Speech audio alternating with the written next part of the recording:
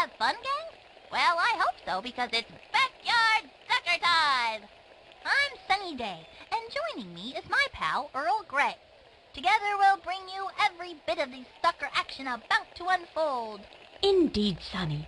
The day is balmy, and those BSL players look keen to pummel that ball to kingdom come. Today's matchup is between the White Wombats and the Mighty Boots. The Boots have been tremendous this season. They've played so well that they've already clinched an invite to the off-the-wall indoor invitational tournament. There is still the matter of the division championship to decide, however, and that is what today's match is all about. As the pressure mounts, let's join our players on the field. I know the commentary is a bit repeat this week, but hey, that happens a lot in games, repeat commentary. Anyway, what's up guys, RuppDat here. Welcome back to more Backyard Soccer Rise of the Mighty Boots. Game 7 of the season. We are almost halfway through the season, officially, and right now my Mighty Boots are still undefeated and riding high, seemingly unstoppable. We hit a bit of a snag though when the Junior Giants gave us quite a fight last game, and this time we have the White Wombats. No, I'm not considering them colorblind. They do actually have white in their logo, I can tell by the lettering, so technically they're right, even if pink seems to be their main color. Pink and white. What is this, the Pink Ranger?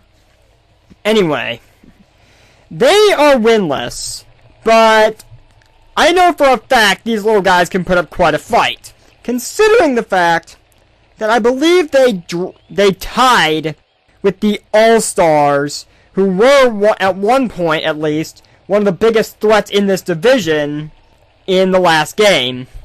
So, I am not going to push my luck here. I'm not going to play around. Let's get underway. They're starting with the ball. I got Pete and Pablo on different sides this time. I want to try something a little different because I figure with Pete's speed, okay, I guess Pablo is better in that particular position. You guys are just moving the ball around at will. Ashley, what the hell are you doing way out of position? But, or that was Sydney. Yeah, I got the Weber twins starting on defense, and I've swapped the positions of Pete and Pablo. You know what? Keisha, take the shot yourself.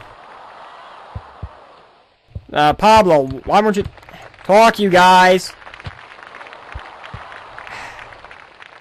Get that, Ashley. Lakeisha. Well, this is certainly an interesting start to this game, that's for sure. Look, Pete, I was gonna say a little too much, but that was way too much, Pete. Thank God you're fast. Look, Pablo, since you're over on that side where you really shouldn't be. Ooh, that was bad positioning. Let's try again, Pete. Hey. Get there, Pete. Look, Pablo. Talk, you guys. Right now, we're kind of beating ourselves here. The hell was that, Pete? Wow, the first half is almost over already. That went by fast. All-Stars being the Giants, Rocks are being the Monsters. Hornets are beating the Bombers? Wow, I guess the Bombers are... I have had seasons before where, at least for the first 3 or 4 games, one team was just seemingly unstoppable, and then for the rest of the season, they kind of completely fell apart. That seems to be the case with the Bombers this time around. And the Wombats are looking for a substitution.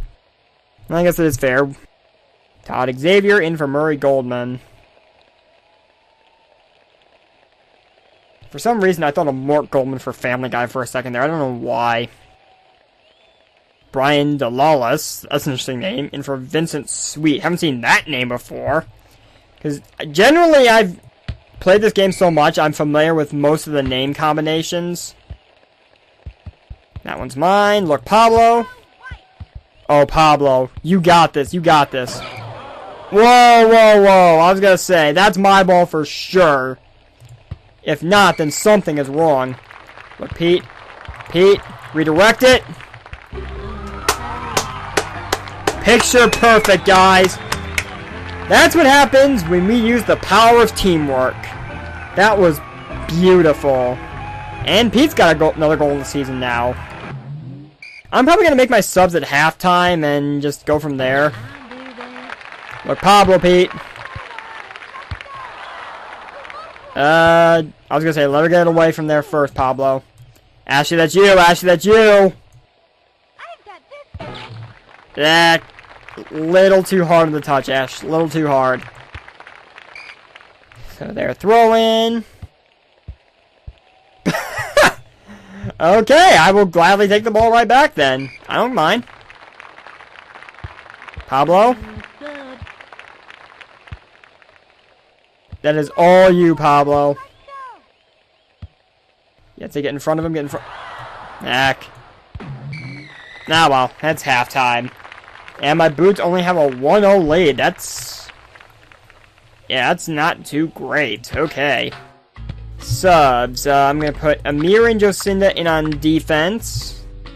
Where they should be. I'm going to switch Pete and Pablo. Actually, no. I'm going to leave them where they are. Actually, now that I think about it.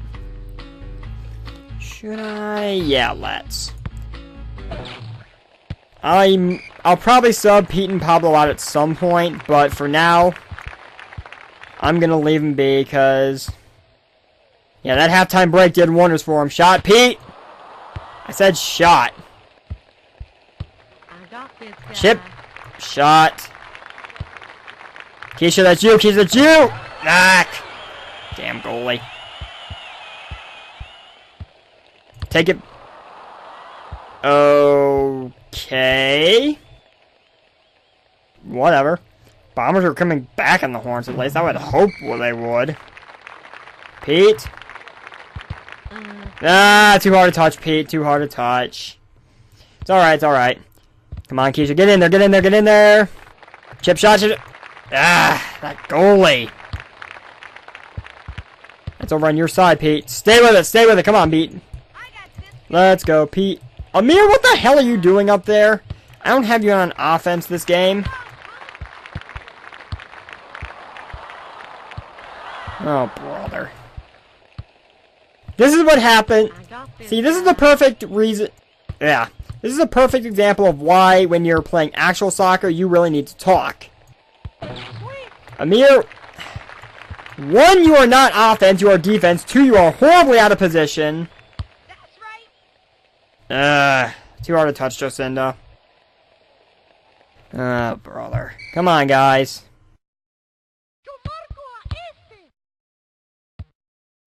That's yours, Jocinda.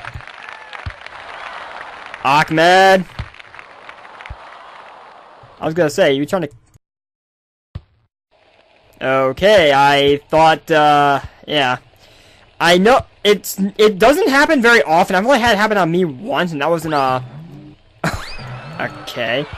It was in an exhibition game I was playing one time. But it is possible for your goalie to block a shot, and then all of a sudden, for some random reason, he'll just stand there frozen holding the ball, and the game will freeze. Drawback of old programming. Alright. Please tell me that's my ball. Nope, theirs. Of course it is. I would have hoped to try and get out of here with more than just a 1-0 win, but you know what? Actually, Keisha, shot! Ooh, so close. And the Wombats are going to make a substitution. I'm going to leave my team where it's at, because I think we're good enough right now. Quentin Driver. Sounds like a wrestling move. I know it's my corner. Let's see. Come on, Pablo. Your moment, Pablo. Your time to shine. Olay, olay, olay, olay. 2-0, I win. See? Told ya. 2-0. The Wombats did in fact put up a fight like I thought they would. Hornets edged the Bombers. Super duper Bombers, you have proven yourselves to be quite the disgrace. How did you go 3-0 to start the season before you ran across me? Rockets and Giants crushed their respective opponents, as they should have. Actually, I'm looking... huh. I must just be imagining things. Whatever. Anyway, 2-0 victory, and now...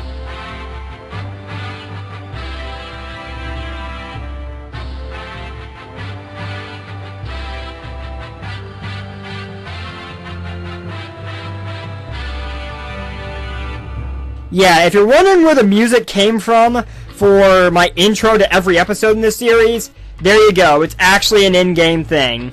Anyway, from the desk of Mr. Clanky, the president of the Backyard Soccer League. Dear Coach RuppDat, congratulations on your progress this season. You and your team have been selected to compete in the Off-the-Wall Indoor Invitational. This exciting tournament will challenge your team to master indoor soccer. Good luck. Thanks, Clanky. We can, if we want, decline the invitation and just resume season play right away, but I'm going to accept. So yes, Boots, Rockets, All-Stars, and Bombers have all qualified.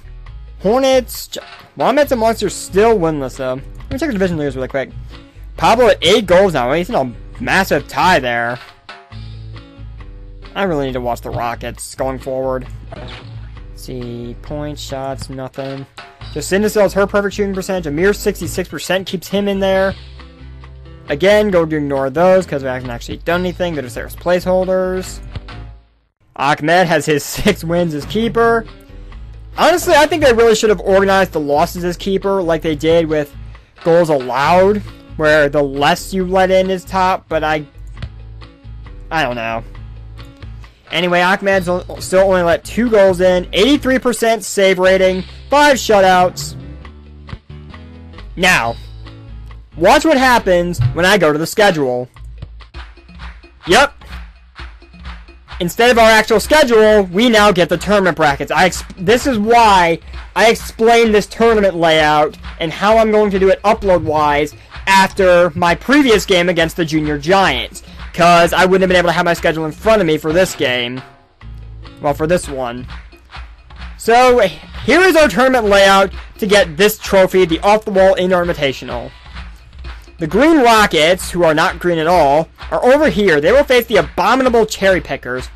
The 4 teams that get picked, there is a selection of, I think, 6 or 7 teams, if I recall correctly, that can be pitted against you in the Invitational, and whatever teams they're picked, they will be the ones that will be in these same exact positions every single time that you come to this tournament. So if I were in this spot out every single time, I'd be facing the Cherry Pickers every time in this example. So the Rockets are going to be facing the Abominable Cherry Pickers. The Blue All-Stars have the Turf Mowers. The Super Duper Bombers are going to have to survive against the Hat Tricksters. And my Mighty Boots are going to square off with the Rug Burners. So, next time on Backyard Soccer Rise of the Mighty Boots, we begin the Off-the-Wall Indoor Invitational with our first game, first 2 games potentially, depending on if I can get past the first round or not, on Sunday, as we start off with the Rug Burners, and then if we win, move on to play either the Super Duper Bombers or the Hat Tricksters. I will see you guys then. Take care.